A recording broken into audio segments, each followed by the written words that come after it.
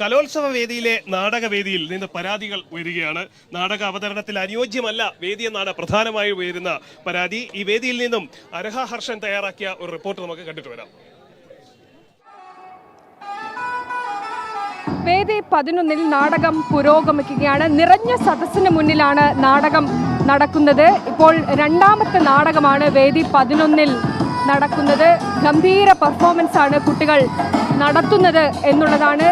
വലിയ ഓഡിയൻസ് ആണ് നാടകത്തിനുള്ളത് എന്നുള്ളത്. നിറഞ്ഞ സദസ്സിന് മുന്നിലാണ് ഈ കലോത്സവ വേദികളിൽ ഏറ്റവും പ്രധാനപ്പെട്ട ഒന്ന് അത് നാടകം തന്നെയാണ്. നാടകവേദികളിൽ ഇത്തരത്തിലൊരു നിറഞ്ഞ സദസ്സ് മറ്റിടങ്ങളിലൊന്നും കാണാത്ത ഒരു നിറഞ്ഞ സദസ്സ് നാടകവേദികളിൽ നമ്മൾ കാണുന്നുണ്ട്. വലിയ നിലവാരം പുലർത്തുന്ന നാടകങ്ങളാണ് ഇത്തവണ എന്നാണ് നാടകവേദിയിൽ നിന്നുള്ള ആളുകൾ പറയുന്നത്. പക്ഷേ അപ്പോഴും ഈ നാടകത്തെ സംബന്ധിച്ച് ഏറ്റവും പ്രധാനപ്പെട്ടതാണ് അത് കളിക്കുന്ന ഇടം. ആ ഇടം ഏറ്റവും പെർഫെക്റ്റ് ആയിരിക്കണം, അല്ലെങ്കിൽ കുട്ടികളെ സംബന്ധിച്ച് അവർക്ക് വലിയ പ്രതിസന്ധി ഉണ്ടാകും എന്നുള്ളതാണ്. പക്ഷേ ഇത്തവണയും ഈ വേദിയെക്കുറിച്ച് ചില പരാതികൾ ഉയരുന്നുണ്ട് എന്നുള്ളതാണ്. അതൊരു തട്ടാണ്, കൃത്യമായി അറേഞ്ച് ചെയ്യാത്തൊരിടമാണ് എന്നാണ് പറയുന്നത്. എന്തായാലും ഈ കുട്ടികളെ ആദ്യ നാടകം കളിച്ച കുട്ടികളെ പരിശീലിപ്പിച്ച ആ നാടകം സംവിധാനം ചെയ്ത സംവിധായകൻ നമുക്കൊപ്പമുണ്ട്. അദ്ദേഹം ഈ നാടകവേദിയെക്കുറിച്ചാണ് ചിലത് പറയുന്നത്. ഈ വേദി നാടകം കളിച്ച വേദിയെക്കുറിച്ച് ചില പരാതികൾ വരുന്നുണ്ട്. എന്തൊക്കെയാണത്? പരാതി എന്ന് വെച്ച് കഴിഞ്ഞാൽ അതിൻ്റെ സ്റ്റേജ് മൊത്തം ഇളകുവാണ് കിടന്നത്. നമ്മൾ നാടകം കളിക്കുമ്പോൾ പിള്ളേരെടുത്ത് ചാടുന്ന 2-3 സീനുകളുണ്ടായിരുന്നു. അപ്പോൾ അതിനകത്തൊക്കെ കിടന്ന് ഭയങ്കര ഇളക്കമാണ്. പിന്നെ ഭയങ്കര സൗണ്ട്, ഇളകുന്നതിൻ്റെ സൗണ്ട് അത് നമുക്ക് ഭയങ്കര ബുദ്ധിമുട്ടാണ്.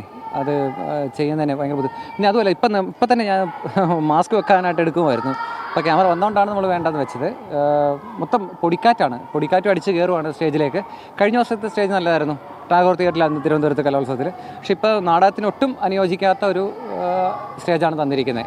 ഈ നാടകത്തെ സംബന്ധിച്ച് വേദി വളരെ പ്രധാനപ്പെട്ടതല്ലേ? അല്ല, വേദി വളരെ ഇമ്പോർട്ടൻ്റ് ആണ്. കാരണം നമുക്ക് കളിക്കുന്ന സ്ഥലമല്ലേ, നമ്മൾ നിൽക്കുന്ന സ്ഥലം വളരെ ഇമ്പോർട്ടൻ്റ് അല്ലേ. അതുപോലെ അതാണ് നമുക്കൊന്ന് ചാടുന്ന അതൊക്കെ വന്നപ്പോൾ എനിക്ക് ഭയങ്കര സങ്കടം വരുമായത്. കാരണം നമ്മളത് ശബ്ദമാണെന്നേ, ഭയങ്കര ശബ്ദമാണ്. പലകയിൽ വന്ന് അടിച്ചു കയറുന്ന ശബ്ദം കേൾക്കുമ്പോൾ തന്നെ നമുക്ക് വിഷമം തോന്നി. നാടകത്തിന് വെച്ചിരിക്കുന്ന ഉപകരണങ്ങളൊക്കെ പറന്നു പോകുന്ന ഒരു സാധ്യത വീണു. നമ്മുടെ സെറ്റ് 2 തവണ വീണു. സെറ്റ് 2 തവണ മറിഞ്ഞു വീണിട്ടുണ്ട്. അപ്പോൾ അതെന്താണ് ഇങ്ങനെ തന്നേന്നുള്ളത് വളരെ എനിക്ക് വിഷമം തോന്നുന്നത്. എനിക്ക് പറയാൻ കിട്ടുന്നില്ല. ഇനിയും 10-ലധികം നാടകം ഈ വേദിയിൽ കളിക്കാനുണ്ട്.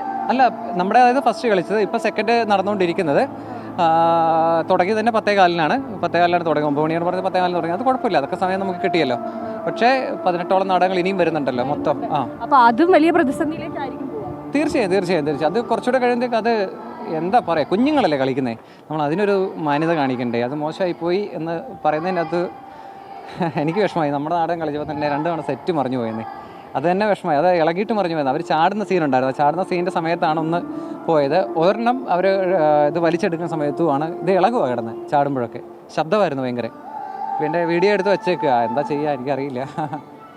അതുതന്നെയാണ് ഈ നാടക വേദി. അത് കൃത്യമായിട്ടുള്ള ഒരു സജ്ജീകരണങ്ങൾ വേദിയിലില്ല. കുട്ടികൾ ചാടുന്ന സമയത്ത് മറ്റ് പെർഫോമൻസ് ചെയ്യുന്ന സമയത്ത് ഇളകുന്നു എന്നൊക്കെയുള്ള പരാതികൾ ഈ നാടകവേദി പരിസരത്ത് നിന്ന് ഉയരുന്നുണ്ട് എന്നുള്ളതാണ്. അത് ഇനിയും 10-ലധികം നാടകങ്ങൾ ഈ വേദിയിൽ കളിക്കാനുണ്ട് എന്നുള്ളതാണ്. കുരുന്നുകളുടെ നാടകമാണ്.